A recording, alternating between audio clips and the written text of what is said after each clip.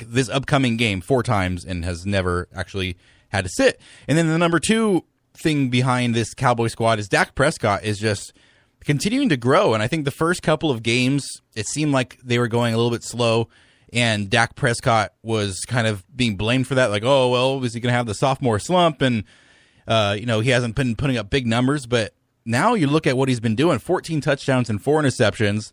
He's got over 1,500 yards.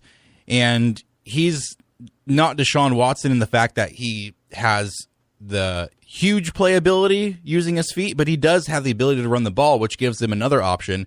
And now without Des Bryant, being that superstar like we talked about, he's the leading receiver, but only 366 yards in the season in 7 games. So he's averaging about 50 yards a game. Dak has really had to make the offense around his ability to make plays and not just throw it up for Des Bryant. And having, I think, 73-year-old Jason Witten as your number 2 receiver. 73. I mean, he looks like he's like 73 years old, and he's just been playing football since he was 8. He's still, pretty much the same guy we've seen for the last 15 seasons. He was a 2003 pick, 3rd rounder. So I like the Cowboys, but they're not in my top 8, and I do see them at some point breaking into that if they continue to play like they have the last couple of weeks in big wins over the Niners and the Redskins. Well, the other discussion we have to have is that if they would have just let Zeke serve the suspension for the first 6 games of the season, he'd already be back. No, now, he's going to serve it when he's 32. So, yeah, now you got to look, what if he gets suspended next week and they're in the playoff hunt? Like that hurts their team insurmountably, in my opinion. They're not a top 8 team if they don't have him. Yeah. So Adam Schefter reporting that Zeke's lawyers are trying to settle with the NFL. I saw that this morning. So who knows what they want to settle for? I don't know. Maybe less games? Yeah, definitely. I don't know, but are they trying to settle for 2 games or are they trying to settle for 4? If they can settle for anything under 4, just take that deal. If you're right. Zeke, at least say, okay, we're out for the next 3 weeks. Dak, you have to take more of the responsibility, and Zeke, we'll see after Thanksgiving or whatever. Well, I think more than anything, the NFL and Ezekiel Elliott just want this thing to be over, but they're in this circle where Ezekiel Elliott, if he just finally succumbs and says, all right, whatever, I'll serve the suspension, he's admitting guilt, and the NFL doesn't want to let up because they already botched the Ray Rice situation, and they don't want to botch this one as well. They've botched many a situation. Right. So it's kind of a never-ending circle, but I want to get back to football. Alex, number 8. Number 8, my number 8 is, once again, I had them number 8 last week. It's the Pittsburgh Steelers. They're playing very well. There's something about this team, and maybe it's all the discord they had with, half the team wanting to stand during the anthem and half the team not wanting to stand, and look, it's very admirable the fact that they've been able to keep it together and be 6-2 and obviously be on top of the division, but their division has not been great. Notwithstanding the Ravens' pantsing of the Dolphins on Thursday night, like we saw. Thursday night doesn't count for anything. They should throw Thursday night out the window. They really should. So Pittsburgh, obviously, they're playing well. Ben Roethlisberger getting it back after that 5-interception game. Le'Veon Bell just continuing to be a beast. So much fun to watch. And then Antonio Brown just leaps and bounds ahead of every other receiver in the NFL, at least statistically. Juju's my boy. Juju ain't got nothing apparently, but he still is definitely outplaying. I think he had something. 193 yards, touchdown. He's got something. He's fast. I guess he's all right. Maybe he's a good 4th receiver for this team, but not ahead of Martavis Bryant, according to Martavis Bryant. We don't need to spend too much time on the Steelers because they're on bye. But true. Last thought. Juju. Just be nice to your guy, Martavis. Martavis is just trying to get some touches, man. Juju has just been put through the ringer this year. He got his bike stolen. Martavius Bryant's talking crap about him. He's a young guy. Dishonor. He's a young guy just trying to make his way in the NFL. And then I do appreciate how he responded, just going off last week. Yeah, that was nice. David Alexander, number 8. I have the Vikings, actually. Interesting choice. Also on bye this week. I think that they're not an elite team like I'm going to put in my top 5, but they're a team that I don't think any team goes into that game comfortable playing against. They go into it a little uneasy. It's not like when you go in to play the Dolphins on Thursday night and you don't even care because terrible. The Vikings, Case Keenum's not elite, and their running game is not elite anymore now that Delvin Cook's gone. But they have been beating teams, and they've found ways to win games. I think they're well coached, and I think that they can do some damage. They are really good at responding to players going down. Sam Bradford went down. Case Keenum has been an okay replacement. Dalvin Cook goes down. Jerick McKinnon has been awesome. Latavius Murray had one awesome game when Jerick McKinnon didn't.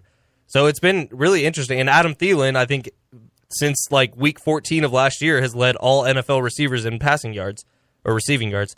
So it's a interesting dynamic they have over there in Minnesota, and their defense, just all reliable, just continues to hold teams to that one score under what they have. So I like that choice at Minnesota. They would be in my top 8, but I was trying my hardest not to have bye week teams in there. I do have 2 of them, but yeah, and I had Minnesota 7 last week, and they just barely didn't make the cut. I had to cut someone because I want to put Seattle in there. But yeah, Minnesota, just like you said, David, they respond to whatever has come in their way. Dalvin Cook was having a great rookie season until he got hurt. And now, they have 3 quarterbacks. Any of them really are interchangeable at this point once Teddy Bridgewater comes back. It seems like they all have the same skills. None of them are really deep passers. They're all kind of accurate. They all get the job done. You're not going to be talking about any one of these 3. Well, maybe Case Keenum MVP talk? Oh, maybe. That's other breaking news. Bridgewater was activated this morning. There you go. So I don't think he's going to play this week, but I think next week, watch out for the old Teddy. It's good to see. I mean, the fact that he had that pretty horrific knee injury, and to be able to come back and just be activated again and know he's going to be playing some more football is good. And they showed some practice tape of him running around. He has a huge brace on that knee, but Stone Cold Steve Austin. He was running around. He looked good. So yeah, and knees don't affect arms. True. I mean, they do logistically, but it's fun to say they don't. But it's you get him in a wheelchair, he can still do it. Yeah. All right, number 7 in ESPN is Dallas, and we already talked about them. So let's move on. David, number 7. I also have the Cowboys at number 7. All right. And I know we already talked a lot about them, so I agreed with what you said, Ben. It's a very strange situation. If Zeke plays, I think that they're very dynamic, offensively having great passing game and a great running game. If Zeke doesn't play, I don't think Dak can carry the load when other teams know that they can't run the ball the same way. I still have them at 7. I think they're better than the Vikings, and I think they're better than most teams in the NFL, but they're not any higher than 7 for me. I actually just saw a stat pop up on NFL Sunday that Dak Prescott and Dez Bryant have the second lowest completion percentage of any pair minimum 50 attempts. They have a 50% completion percentage. So I think Dez needs to get that number up if he's going to be elite, and he's not elite right now. Agreed. Alex Klepper. What was that? That was characteristic of all last season. I think Dak only caught Dez only caught a little more than half of his targets, which is obscenely low for a quote-unquote number 1 receiver. Right. And I mean, you look at someone like Antonio Brown, I don't know his number off the top of my head, but I got to think it's closer to 70, 75. No, for sure. So, Alex Klepper, number 7. My number 7, like I said, I needed to put Seattle in there somewhere, so I'm putting them at 7. 5-2. Off of maybe the best game of the NFL season against the Texans last weekend. It was a wild game. And Crazy. that's where they're saying Deshaun Watson might have actually tore his ACL. Yeah. So extra points for that. Just kidding. I'm so sad about I'm so sad about Deshaun. I had to try to put some levity in there. Seattle, I mean, even without a running game whatsoever, they're continuing to get it done. 41 points. And granted, against a Texas defense that is missing, 2 of its top 3 players in Whitney Merciless and J.J. Watt. But that's still impressive. The fact that Russell Wilson has really done everything for this offense. He's definitely an MVP candidate now. He has over 2,000 yards passing, 15 touchdowns, and only 4 interceptions. And then let's see if we can get his rushing stats here, huh? If you had either of those quarterbacks in fantasy football last week, I got to think you won. They were both over 40 points. I had Russ. He has 194 yards rushing, got a touchdown, so he's on a pace for about 500 yards rushing, which is what he had a couple of years ago. So Russell Wilson, 28 years old, it seemed like he's just like kind of coming into his prime now because, like I said, Chris Carson, when he is your leading rusher at 208 rushing yards, and your number 2 is 14 yards behind him, and that's your quarterback, your running game is not ideal. So Russell Wilson being able to do what he's been able to do, getting the Seahawks to 5-2 with only losses to the Packers by 8 and the Titans by 6, both on the road, has been very impressive. And they haven't played a plethora of great teams. They've beaten the 49ers and the Colts and the Giants, all by big margins, or I guess the 49ers only by 3. But they beat the Rams in L.A., and they just beat the Texans. So I have to give them credit. You know, the other Seahawks, they are really a powerhouse. So I felt like I had to put them over Minnesota this week. Yep, they are in my top 8 as well. They're one spot higher, but we'll just talk about them now to get them out of the way. Sure. I like what the Seahawks are doing. Yeah. Enough said. All right. My number 7. They need just find someone on the scrap heap at running back, because I feel like there's always someone there that's just like, oh, well, he hasn't played, real actual like getting hit in the mouth football for like 8 months, and now he's super fresh. Bring him in week 9 or week 10, he can run for 100 yards a couple games. So maybe they can do that. Isn't Alex Collins their guy now?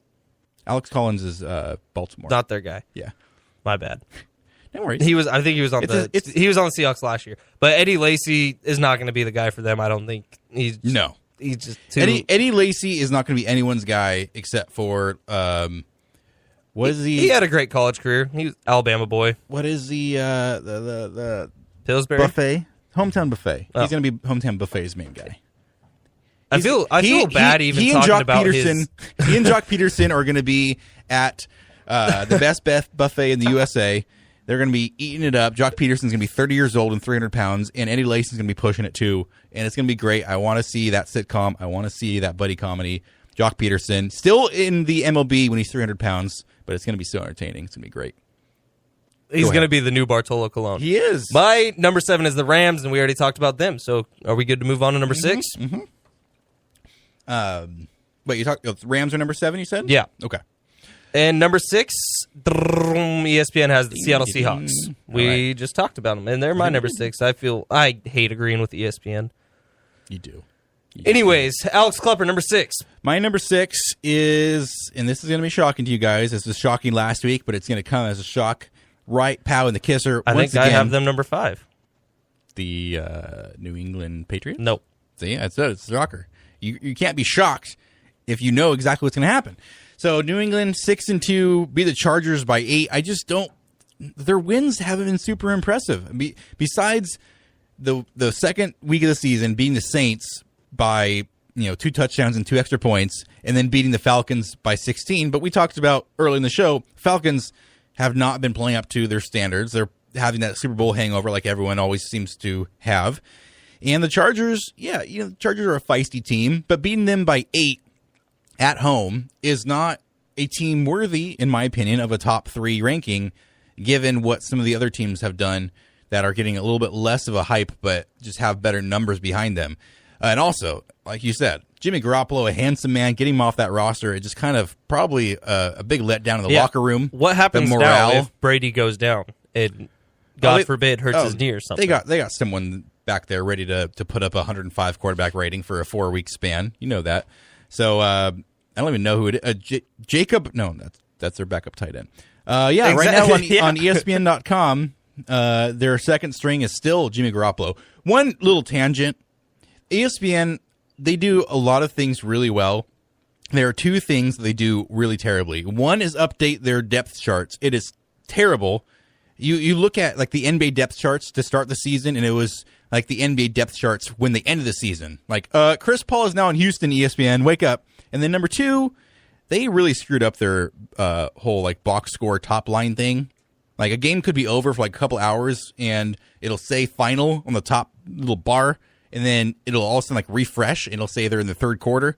Doesn't make any sense, ESPN. Fix it. You should be like, you're the worldwide leader in sports. Especially when there's guys like us in the studio trying to write reports real fast. Yes, that's when I first noticed it. It was terrible. It is absolutely terrible. ESPN, you should be ashamed of yourself.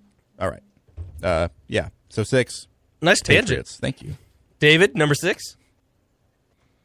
I also have the Rams, but as far as the Seahawks go, I just want to say that I don't have them in my top 8, and that's just because the teams that they have beaten do not qualify, in my opinion, to put them on that list. The teams they've beaten are the Niners. They lost to the Titans. They beat the Colts. They barely beat the Rams. That's a marquee win. They beat the Giants, and they beat a mediocre Texans team in one of the best games of the NFL this year. but I don't think the Texans are an elite team. The only really good team that they've beaten